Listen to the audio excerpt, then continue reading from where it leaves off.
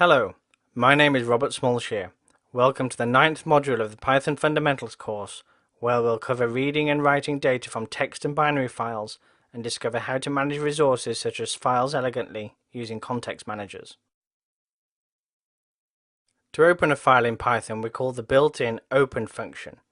This takes a number of arguments, but the most commonly used are file, the path to the file, this is required, mode, which specifies read, write, append, and binary or text mode.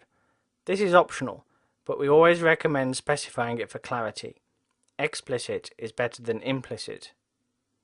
Encoding. If the file contains encoded text data, this is the text encoding to use. It's often a good idea to specify this. If you don't specify it, Python will choose a default encoding for you, which may not be what you want.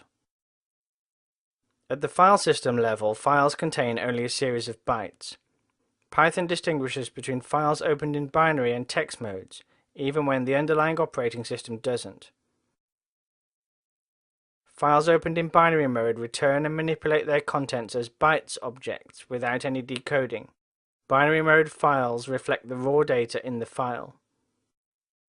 A file opened in text mode treats its contents as if it contains text strings of the str type, the raw bytes having first been decoded using a platform-dependent encoding or using the specified encoding if given. By default, text mode also engages support for Python's universal newlines. This causes translation between a single portable newline character in our program strings, \n, and a platform-dependent newline representation in the raw bytes stored in the file system, for example carriage return newline, \r\n, on Windows. Getting the encoding right is crucial for correctly interpreting the contents of a text file, which is why we labour the point.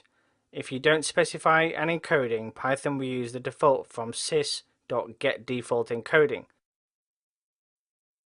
In our case, that is UTF-8, but there's no guarantee that the default encoding on your system is the same as the default encoding on another system with which you wish to exchange files. Better for all concerned to make a conscious decision about the text-to-bytes encoding.